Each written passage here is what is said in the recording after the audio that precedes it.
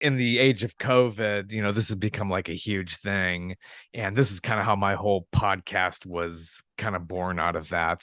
A lot of artists are stuck at home and can't perform. So they're, talking with me. And it's been great. Been Yeah. a lot of people who just need to get out there. And as you know, the bread and butter is in live performing. So they've been doing these concerts on, Facebook or whatnot. Right. What it's all Right. down to. Thanks for joining me. Well, This is thank you for great. asking me. Yeah, you just again talking about social media, you popped up. I was like, this seems pretty interesting. It's nice to be able to stumble on great talent and Thank you. good Yeah. work. Yeah. Well, it's been a process. It's been a process. I mean, I have, 4 albums out, and Yeah. I came to this late in the game because I was actually a classically trained actor initially, and ended up coming and doing some television and really didn't enjoy the work. And my dad passed away. He was a jazz piano player. And I thought, Right. I've always wanted to sing jazz. So I just kind of hung up my acting chops and decided to just pursue music at 150%. Yeah. So Become all in, I'm sure. yeah, I yeah. love Well, that's what it jazz. that's what Yeah. it takes. Yeah. Yeah. Yeah. So in acting, what were you doing and how long were you doing that?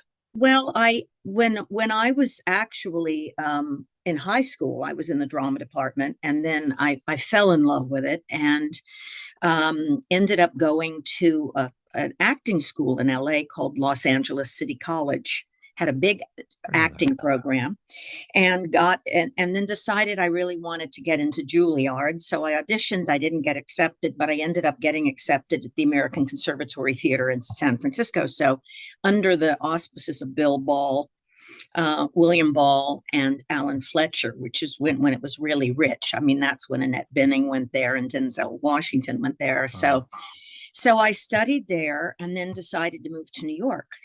And so not real intelligent, ah. because it's like you think, okay, well, I have all these connections now on the West Coast, and now I'm going to go to the East Coast. Yeah. Challenge yourself. Why not? Yes. Well, I really wanted to do Broadway. I wanted to do Sure. serious theater, but I think there are a handful of actors that have managed to make a living in regional theater, and where you can do Ibsen and Shaw and Sure. Chekhov and Shakespeare. And so I ended up going to New York and had worked really, really hard, started dancing, worked my butt off, and was dancing like 5, 6 hours a day, and then started getting noticed in New York, on the short list for understudying leads on Broadway and so forth and so on. And then one day I had just gotten back from doing Anita in West Side Story in Philadelphia, and I was in class and I did a jump and came down and my knee gave out, my whole leg gave out, and that Oh, was kind of the end of it. Yeah. I could feel So it. Yeah. It's so yeah, disappointing. It's like, oh my gosh. But yeah, what yeah, discipline you get from dancing though. That yes, probably you trained do. you. Yeah, dancing and classical theater. I mean, believe it or not, you learn fencing, you learn accents, it's a whole program that you go through. You learn voice, because believe it or not, doing Shakespeare can be as physically demanding as singing opera. I mean, you're not singing, but you're speaking, and some of the soliloquies and so forth are so rich, and they go on and on and on, and you have to know where to breathe, and so on it goes, so you learn all of this stuff. And I'm glad I spent time in New York. And when that happened, I thought, at that point theater was going through a really kind of depressed time, and a lot of theaters were dark, there wasn't a lot of work, and I thought, maybe it's just time for me to move to Los Angeles, because my mom was out here. And so I moved out here. I'm originally from Miami. I was born and raised in Oh wow. Miami. Wow, you're Yeah. everywhere. Yeah. Yeah. For Well, those who don't know, yeah, it's like the you from Miami. triangle, right? Yeah, I know. Yeah, it is a Uh, triangle. Yeah. yeah, yeah. So my dad was a jazz piano player, and he lived in Miami, and that was the place to be back in the heyday, right? Because he worked with everybody. And my mother, when they got divorced, my mother moved out here. So, you know, I so I came out to LA, and back to LA and decided to, pursue some TV, and did a little bit of TV, and hated the work, just really hated the work, because TV is really a producer's medium. And I think now it's really different. I mean, the quality of television, we are like in a golden age of TV now in terms of the characters, the character Yeah. development, the writing, the production value. It's really almost like film. It is, and it looks like it too. Yeah, if you look Yeah. at the quality, the Netflix shows and Apple TV. I mean, it's everywhere. There's so many Have you streaming watched services. Perry Mason? Have you Yeah, I watched? love it. Oh my gosh, he's And amazing. Terrence Blanchard, who's writing the music, knocks it out of the ballpark. I mean, I'm just so impressed with his work. I mean, he's won like what, 5 Grammy Awards and so forth. But anyway, so Yeah, that's the story. And so I just decided, maybe it's time to really use my voice, because it's always been a natural thing that I've had. And of course, I studied with a lot of great teachers. I studied voice, because I have a big voice, and so I had to learn to maneuver it. yeah, it takes that kind of So training, and yeah, yeah, how you're yeah. I mean, it projecting. was never opera. I never studied opera. I almost Mm. wish that I had gone into music out of high school. But, being a rebellious kid, I'm like, no, my parents are in music. I don't want to be in music. I'm going to be an actor. I always do opposite of the Yeah, parents. I have a I daughter. It's know, like right? go the opposite way. Like, oh Right. my gosh. So here I am. I when I decided to do this, I went to Vibrato Jazz Club, which is Herb Albert's jazz club out here. And I talked to the musical director out there, and I said, who would you recommend as a musical director? Because I want to start singing jazz. So he recommended a man named Tom Garvin, who got behind me. My first show ever in jazz was at the legendary Jazz Bakery out here. And we recorded Dangerous Liaisons, which was my first record. And then Tom passed away, unfortunately. He got colon cancer. And so Kim Richmond, who was in my band, kind of stepped in, and Tom had said you should look at Kim, because Tom knew he had, he went through all of that, and I was kind of his medical legal advocate through that, because he didn't have any kids, he didn't have a wife. And he asked me, he said, would you be willing to help me through this? And I said, yeah. So Kim came in, and we did what we've termed as a jazz noir album called Restless, was my second. And then I kind of decided, okay, I want to really break out and do something different. So I decided my third album was called The Arrangement. I don't know how familiar you are with all this work, but the arrangement, I thought, okay, I'm going to really focus on the arrangements of there were 5 arrangers that I wanted to work with. And I said to them, look, you guys, these are the songs I think would be right for you to arrange. Yeah. Go wherever you want to go with this creatively. And then, they did that. They wrote out the arrangements. I worked with them before going into the studio. And then I said to them, hire whatever musicians you want to hire for your sessions. So we did that. And the arrangement came out. There were 3 originals. I did write 3 songs on the album. And so, as you're an artist and as you journey through all of this, as you grow, you begin to look at things, you begin to want to try new things. You don't want to just, for me, I don't want to just stay in the same lane.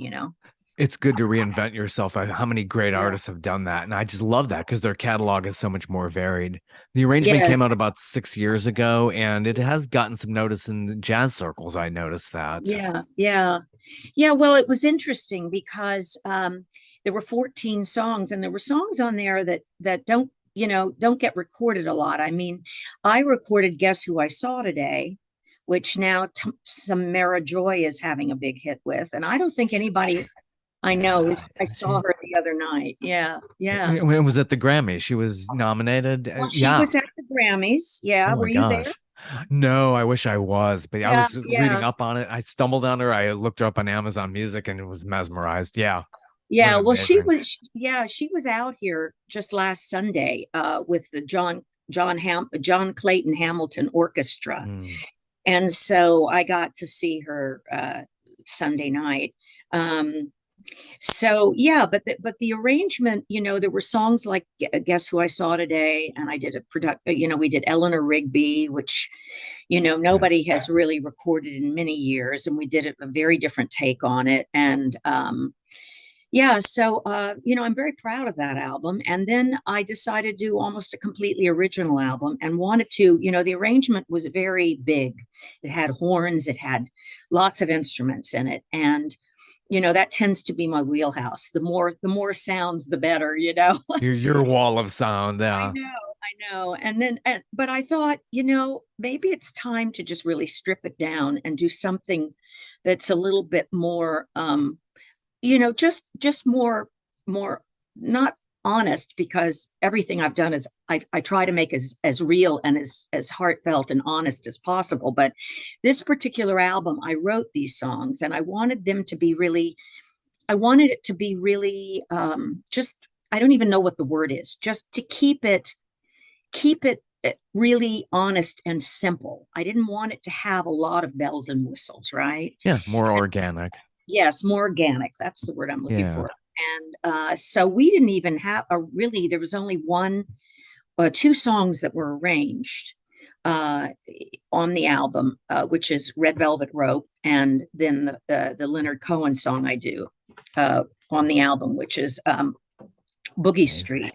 Nobody's Yeah. recorded Boogie Street. That's amazing. Yeah. What the greatest. Leonard Cohen. My I gosh. Does it know, get any I know. better? He's one of my real influences because his writing is so interesting Yeah. and complex. And, but everything else, we just went in the studio and I brought in, really great players. And I said, okay, guys, let's just find this here. And it was a little bit risky to do that because all they had was a lead sheet and we kind of found our way through it. And so we did end up with a really organic album.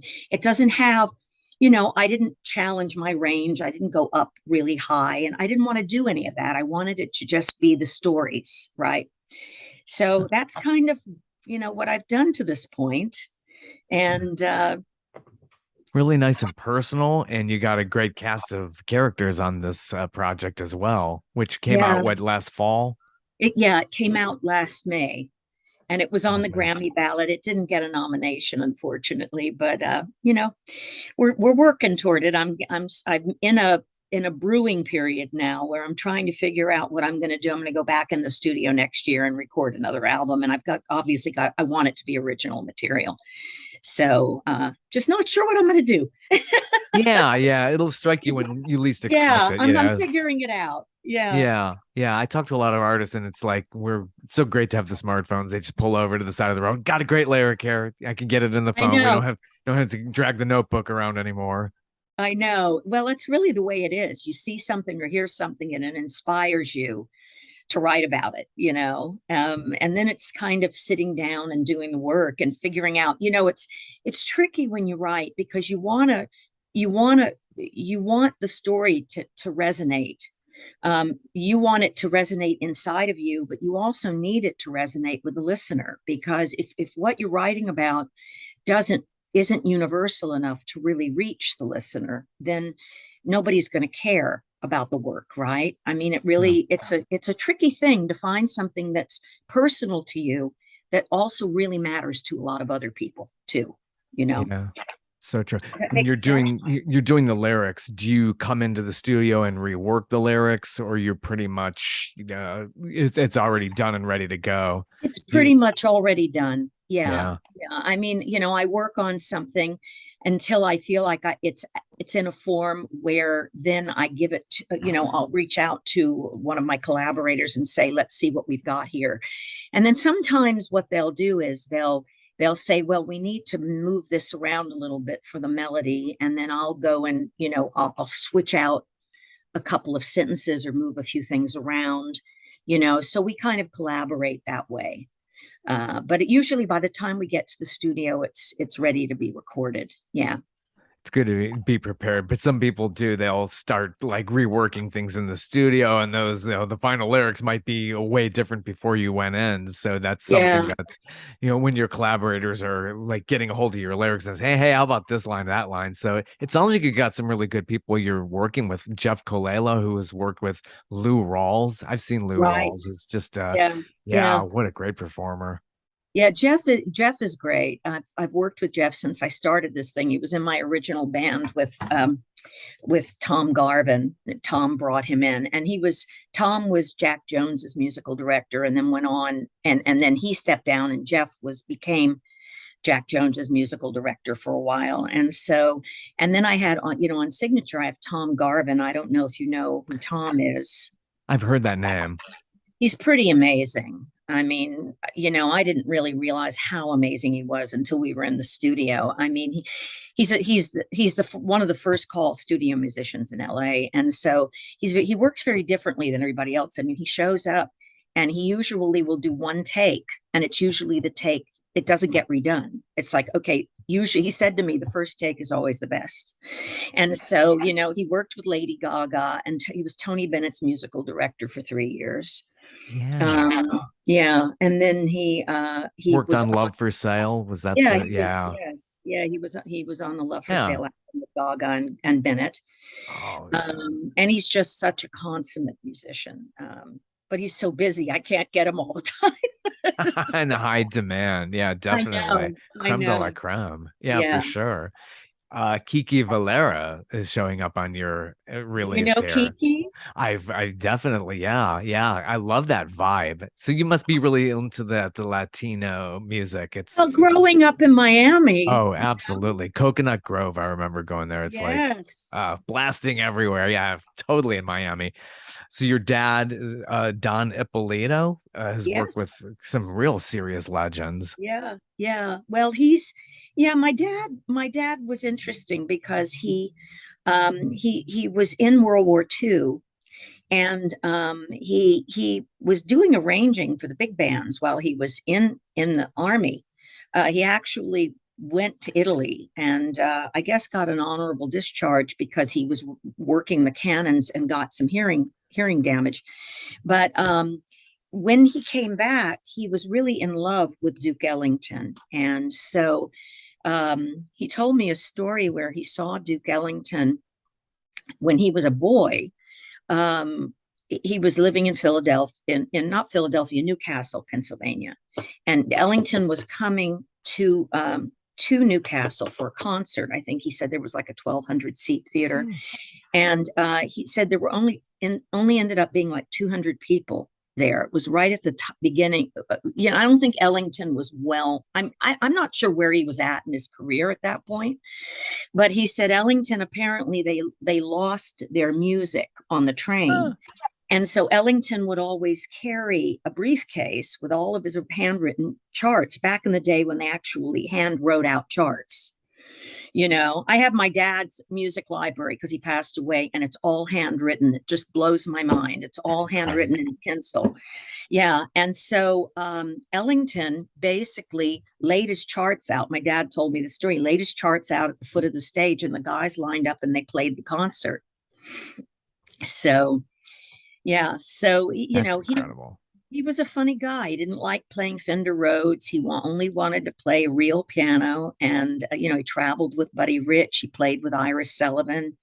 I've posted some footage of him. I had his concert that they did at Channel 2, PBS. He did several concerts down in Miami for PBS Channel 2 with his arrangements and big band. So they're on my YouTube site. Yeah, it's a great site. And also we see the making of your latest release, which I Yeah, really appreciated. That really thank brings you you. up to speed as to how, Yeah, what the secret to the sauce of such a great release. It's just, if anybody goes to that YouTube channel, is it under your name, or just do a yeah, search for you in YouTube? yeah. It's Sylvia Brooks, but if you do a search for me on YouTube, it'll come up as well. Yeah. So where are you located? I'm just curious. I'm here in Atlanta, Georgia, and Ah, I live about 20 minutes north of Atlanta. I see. Great So yeah, music scene.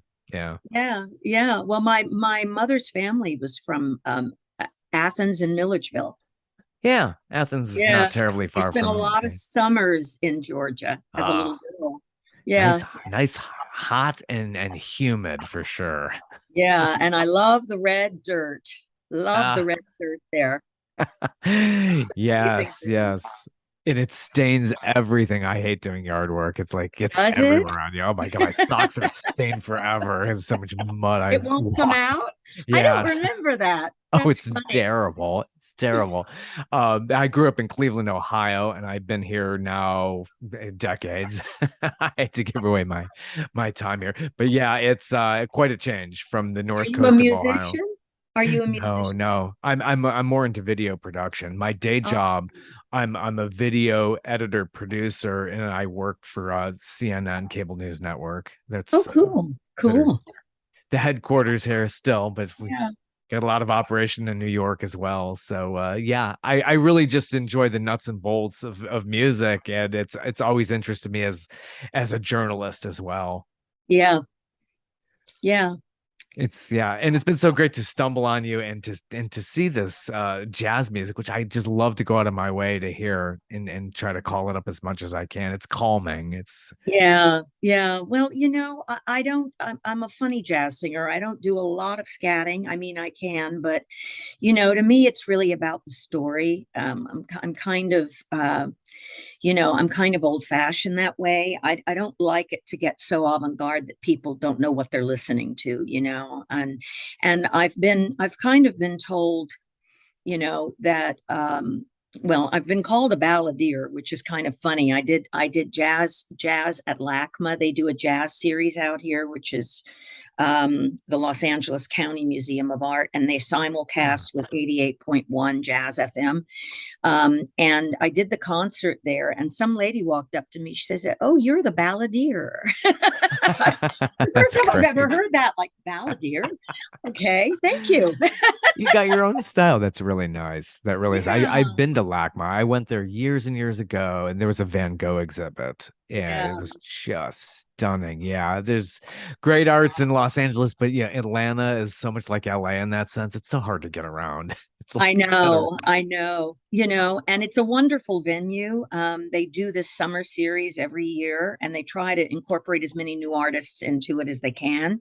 You have you went literally have it's free, so the public can come, and it's like 2 to 3 thousand people show up. So it's a really wonderful event. I have a show coming up in I think it's June 13th at Vibratos. I'm going to be performing my newest record there. Oh, Um, good. we just keep putting one foot in front of the other, uh and trying to figure out the next thing that interests me enough to want to do it. Yeah, you might go in a totally So, different direction, and a year is a lot of time before you're going to be like, okay, this is my next project. But in the meantime, you're doing a lot of great live performing. yeah, well, I'm trying to get out more. I didn't do a lot of live performing, as nobody did during COVID, Oh, yeah. so I'm trying to do more of that. I just love the recording studio. I could just live in the recording studio. Wow, I don't hear that very much. I hear like, oh, I love live performing. I can't stand production. It's just like, oh my Oh, I God, here's love another. the recording studio. I love it. Yes. Yeah. Oh, that's wonderful. Yeah, and you have a lot of good help. Christian Jacob is a name that Yes. I'd come across and really am interesting involved in the movie Sully. So he must know Clint Eastwood quite well. Right. Well, he kind of is part of the Tierney Sutton band. As are there's Kevin Axt, who played on one track, who's a bass player, and then you have uh, Trey Henry, who also plays with Tierney, and then you have Ray Brinker, who plays with Tierney.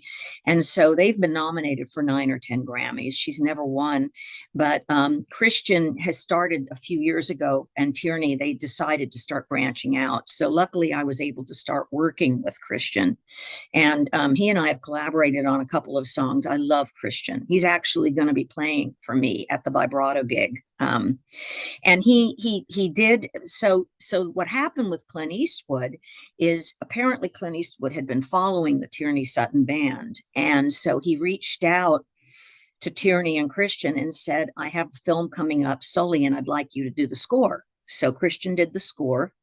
And then he turned around and I guess Clint asked him to do the 1519 to Paris.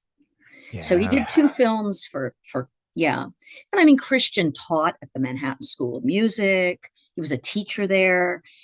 He's been nominated for probably 10 or 11 Grammy Awards. I mean, I'm very lucky. There's a deep well of incredibly talented people out here in LA.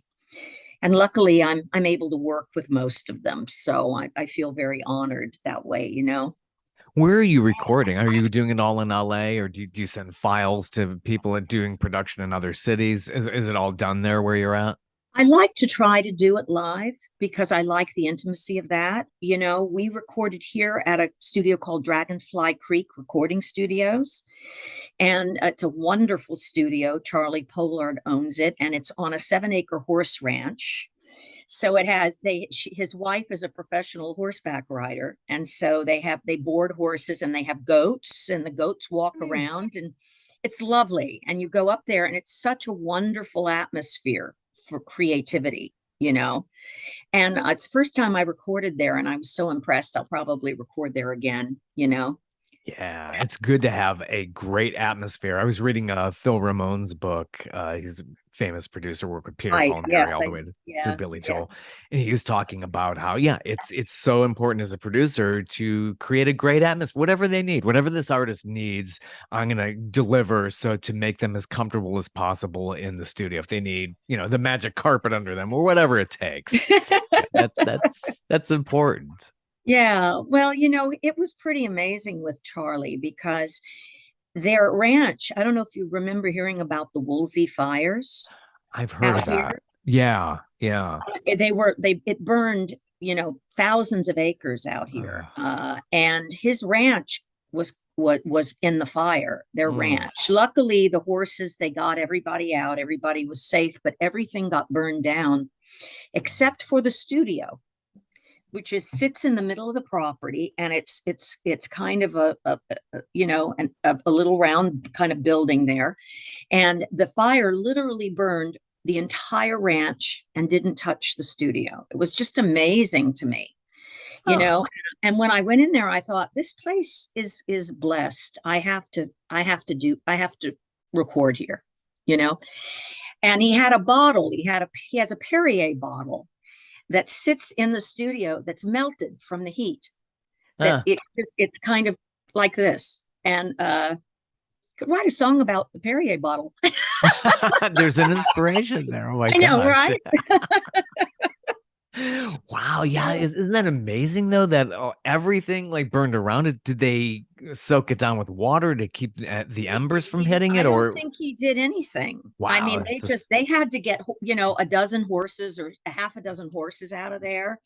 They had to get their personal, because that fire just took over like it does out in California. It just is like a quick fire. It just catches everything in its wake. And I don't know why it burned around the studio. It's just really bizarre to me, oh you wow. know? Yeah. Yeah. So Yeah, you have those extremes out that way too. It could be extreme drought, then you get fire season, and then all of a sudden there's a deluge. Nothing's ever like balanced. It's like, not here. everything at once. It's life. I know, it's true. It really is. When it rains, it pours, and it's always like that, no matter what. So Yeah. I like this one song, "The Flea Markets of Paris." That's seems to be a beautiful inspirational song. So, what are the Cute. origins of that one? Oh my goodness. Well, um, it was actually written, it's kind of autobiographical for me. Um, and it was the first time I went to Paris was with my first husband. And I've never been there before. And we ended up getting divorced, and it was just a story. I remember seeing the flea markets for the first time and just being blown away, uh, particularly the ones that are in the older part, you know. And for some reason, I wanted to write a song about it. You know, the fact that some things glitter and some things are old, you know, and everything has a story. So it kind of, I tried to tie it into my first experience of being there and the love that I felt at that time, and then how everything changed. So, and I remember when I don't know if you've ever been to the flea markets I in have. I Paris. love Paris. I went there You with know what I yeah, a mean? wife ago or so. Yeah. Back to the Well, mid 90s. and so, right? I mean, Oh you look yeah. at something and you say to yourself, what is the story behind this Mm, old piece of furniture, you know? And I was true. amazed with the people that work there as well. I mean, they're old and cratered and they smoke like fiends, and it was just such an interesting little piece of life. So that's Yeah. that's why I wrote that. I know Yeah, you got to have that accordion on there. David I Lynch. know. Oh my gosh! I mean, if you're doing anything about Paris, you got to get that classic accordion Well, sound. that was Christian's idea. He said, I want to put an accordion in here. So Yeah. I said, how do you see the song? And because he and I collaborated, we co-wrote it together. And he said, well, I see it just very simple with a piano, bass, and accordion. Because he's from Sounds- there. He's from Paris. He's from France. So, I didn't question him. I'm like, well, he's the master and he's from France. So he knows what to do. it's just such a different attitude and culture, and it's something to a fault as well as what we're seeing there with the protests and everything about raising the retirement age. I It's know. not surprised really. It's just that's the French. Yeah, yeah. I regret that I never got to spend any time in the countryside. I've never been Yeah, to the French countryside. I'd I've love to been go to, back. Yeah. yeah, yeah, me too. I've been to Italy. I've been to the Italian countryside, but never France. So one of these days. Yeah, should definitely go back and be Yeah, inspired. And yeah, you yeah. never know what songs you're going to come up with. I'll do a French album, right? Even though I don't Yeah. speak French. You got yeah, then you get a French tutor and you try to sing Yeah, I something in know, French. right? Hey, the Beatles tried that. It's funny. Billy Joel always ends up in my podcast somehow. I always have a reference.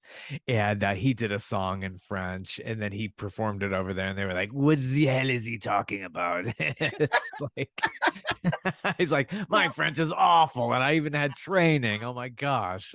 I know it's hard. I mean, I did Besame Mucho on the arrangement, and I do it in Spanish, and I don't speak Spanish, so I had to sing it phonetically. And I must have had a half a dozen people listen to it who speak Spanish and say, "Okay, is everything right?" And we'd go back in, and I'd lay it in again, and I'd work on that pronunciation. It might take me 3 or 4 takes to get it right. But yeah, so I just wish I spoke Portuguese because I love Brazilian jazz and I don't speak Portuguese. My next door neighbor does. I got to give a shout out to him. He's from Brazil originally, Yeah. and the Oh, family yeah. moved to Boston. So yeah, he knows fluently. He's recently, a couple of years ago, he spent some months in Brazil, and yeah, what a unique culture that is, and to hear that I know. language. I love Brazilian jazz. I just love it. I wish Yeah, I wish I could do it. And I think I have the right kind of sound for it because it's a very smooth kind of but it's just to speak Portuguese. I don't even know where I'd begin. Maybe I'd get that app. What is it called? They're advertising. Babel is it? Babbel. Yeah. Should do that before, I wish I only had this before I went to Paris or I went to Rome. It's like I wish I, knew more about the language. I always went in the off season. So I think they were a little bit nicer to tourists because it wasn't like a flock of I know. Americans. Well, France is awful. Paris is really awful, They you know know, it and they have no to patience for Americans. it. I know. I know. I understand that. I could get that. Yeah. Yeah. I like this song, Cry Me a River. What is the instrument that starts it? I love that sound on Cry Me a River. I think it's a flugelhorn. Is that what that is? That's I think so. it evokes, oh, I don't know. They use that a lot in like TV shows and stuff like that. It's yeah, it's got a real character to it. Flugelhorn. Yeah. I think I remember it being used quite a bit, like the streets of San Francisco or something like that was always using Well, that. it's very noir. It's a very Yeah. noir sounding instrument. And actually Ron Stout is the flugelhorn player on that cut. And he's an amazing, he's a funny guy. He doesn't have an email. whenever you can't, Maybe that's good. I don't know. yeah, Stay off the grid. I'm like, Ron, are you available? I can't get in touch with you any other way but to call you. He's so cute. He's a wonderful consummate musician. He's played with Michael Bublé and a number of people, because he's really top line. I think flugel and trumpet are really his specialties. So Yeah. So yeah. as far as live performing goes, do you plan on like getting out of the LA area? I mean, maybe not doing like a full tour or anything like that, but just in performing in different places.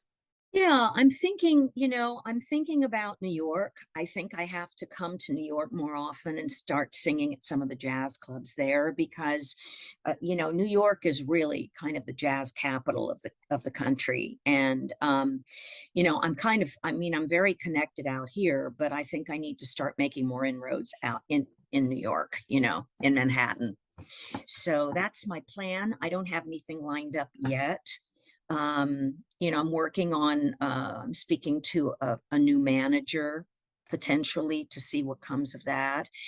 Touring is hard because you have to, particularly with me, because I tend to have more instruments on everything I do. I don't just work with a trio. So, all of my arrangements are pretty complex. They have a minimum of like 5 pieces, and they can go up to 8 or 9 pieces. So how do you bring the authenticity to what's on the record with a trio, Yeah. um, and it can be tricky. So, but we're looking into it. I mean, doing signature on June 13th at Vibrato is going to be tricky because one song has 3 horns, another song has 2 songs have 2 cellos. I have somebody who rap on Red Velvet Rope who is a bilingual rapper, so he raps partly in English and partly in Spanish.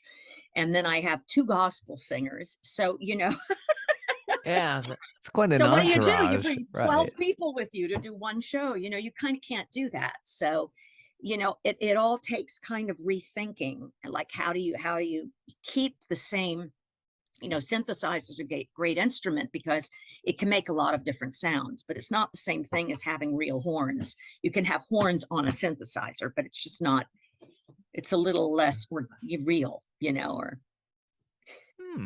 That's really interesting. Yeah, because you talked about paths. doing that touring and it's just taking all this stuff on the road with you. And yeah, you want to stay true to your record and not strip it down so much where it's unrecognizable. Right, exactly. So, we're I'm going to be talking with Christian about the 13th soon because he's going to be my musical director on that. And we're going to figure out what instruments do we need to bring in? Do we need 1 cello and 1 horn and supplement in a synthesizer so he can fill it? So it doesn't just sound like 1 horn, it can sound like 3 horns, so these are the kinds of things you have to think about, and for some reason, I just keep doing this to myself. I just keep adding more and more instruments to these albums. They get hard. It's Digging the like, rabbit hole even more now. I Yeah. know, right? It's true.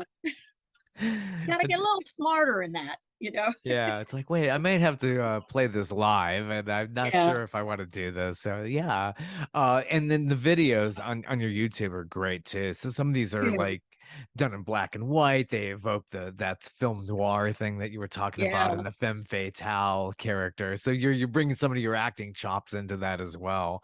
Well, I actually have a script that I've had developed called Jazz Noir, which I won't go into detail about it, but it's interesting watching Perry Mason because there's a lot of that in it, and it's a stage piece. It's for performing arts centers, so more to be continued. Yeah, Because yeah. I don't want to give away too much on it.